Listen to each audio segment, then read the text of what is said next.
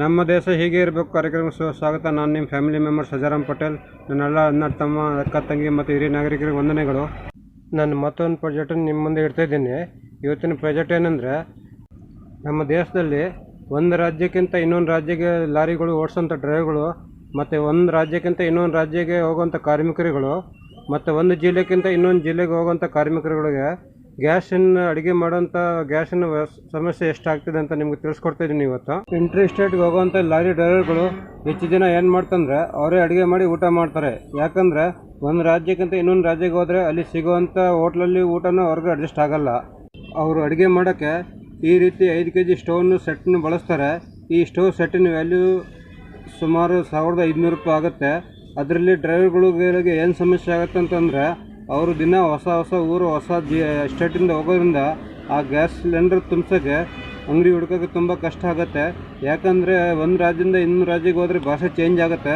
ಅದರಿಂದ ಅಂಗಡಿ ಹುಡುಕ್ಬೇಕಂದ್ರೆ ತುಂಬ ಕಷ್ಟ ಆಗುತ್ತೆ. ಮತ್ತೊಂದು ಸಮಸ್ಯೆ ಏನಾಗುತ್ತೆ ಅಂದರೆ, ದೊಡ್ಡ ಲಾರಿ ಇರೋದ್ರಿಂದ ಮಾರ್ಕೆಟಲ್ಲಿ ಎಲ್ಲಿ ನಿಲ್ಸೋಕ್ಕೆ ಜಾಗ ಸಿಗೋದಿಲ್ಲ. ಅದನ್ನು ಅವ್ರು ದೂರ ಪಾರ್ಕಿಂಗ್ ಮಾಡಿಬಿಟ್ಟು ಅಲ್ಲಿಂದ ಹುಡುಕಿ ಅಂಗಡಿಯಲ್ಲಿ ಗ್ಯಾಸ್ ತುಂಬೋತ್ತಿಗೆ ಸುಮಾರು ಟೈಮ್ ವೇಸ್ಟ್ ಆಗುತ್ತೆ. ಮತ್ತು ಈ ಸಿಲಿಂಡರ್ ತುಂಬಬೇಕಾದ್ರೆ ಗ್ಯಾಸ್ ವೇಸ್ಟು ಆಗ್ತಿರುತ್ತೆ ಲೀಕೇಜ್ ಆಗಿ. ಮತ್ತು 9 ಗಂಟೆ ಮೇಲೆ ಏನಾರು ಬೈ ಚಾನ್ಸ್ ಖಾಲಿ ಆಯ್ತು ಅಂದರೆ ಡ್ರೈವರ್ಗಳಿಗೆ ಎಲ್ಲಿ ಗ್ಯಾಸ್ ಸಿಗೋದು ಕಷ್ಟ ಆಗಿರುತ್ತೆ. ಬನ್ನಿ, ಈ ಸಮಸ್ಯೆ ನಾವು ಯಾವ ರೀತಿ ಪರಿಹಾರ ಮಾಡ್ಬೋದು ಅಂತ ನಿಮ್ಗೆ ತಿಳಿಸ್ಕೊಡ್ತೀನಿ ಇವತ್ತು. ನೋಡಿ, ನಮ್ಮ ಗೌರ್ಮೆಂಟ್ನವರು ಈ ಥರ 5 kg ಸಿಲಿಂಡರ್ನ ಬಿಡುಗಡೆ ಮಾಡಿದ್ದಾರೆ. ಇದು ಕಮರ್ಷಿಯಲ್ ಆಗಿರುತ್ತೆ.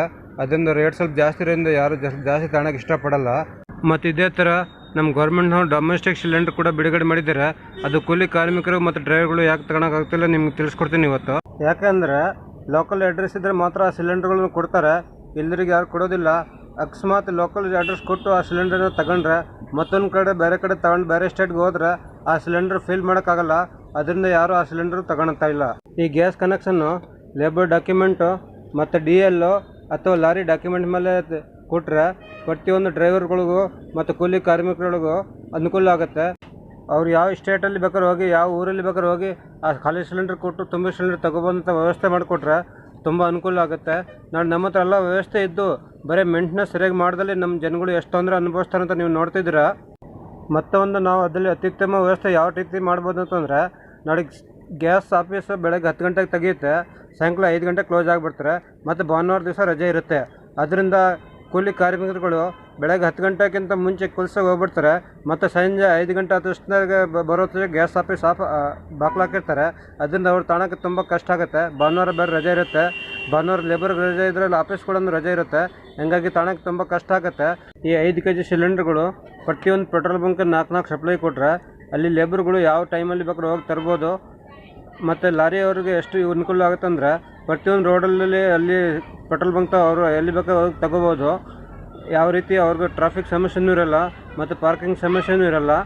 ಇವತ್ತು ನನ್ನ ವೀಕ್ಷಕರಿಗೆ ವಿಶೇಷ ಸೂಚನೆ ಏನಂದರೆ, ನನ್ನ ಪ್ರೋಗ್ರಾಮ್ ದೇಶದ ವ್ಯವಸ್ಥೆ ಮೇಲೆ ಇರೋದ್ರಿಂದ ನಿಮ್ಮ ಮನೇಲಿ ಇದ್ದಂಥ 8ನೇ ಕ್ಲಾಸ್ ಮತ್ತು ಅದಕ್ಕಿಂತ ಮೇಲ್ಪಟ್ಟ ಮಕ್ಕಳಿಗೆ ತೋರಿಸಿ.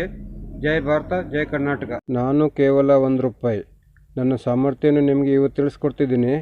ನನ್ನಲ್ಲಿ ಎಷ್ಟು ಸಾಮರ್ಥ್ಯ ಇದೆ ಅಂದರೆ, ನಾನು ನಮ್ಮ ಇಡೀ ದೇಶದ ಭೂಮಿ ಮೇಲೆ ಬಿದ್ದಿರುವಂಥ ಈ ವೇಸ್ಟ್ ಪ್ಲಾಸ್ಟಿಕ್ಕನ್ನು ಮಾಯ ಮಾಡಬಲ್ಲೆ. ಆದರೆ ನೀವು ನನ್ನನ್ನು ಸರಿಯಾದ ಜಾಗದಲ್ಲಿ ಖರ್ಚು ಮಾಡಿದರೆ ಮಾತ್ರ. ನನ್ನನ್ನು ಎಲ್ಲಿ ಖರ್ಚು ಮಾಡಬೇಕು ಅಂತ ನಮ್ಮ ದೇಶ ಹೀಗಿರಬೇಕು ಕಾರ್ಯಕ್ರಮವನ್ನು ಯೂಟ್ಯೂಬ್ನಲ್ಲಿ ವೀಕ್ಷಿಸಿ ತಿಳಿಯಿರಿ.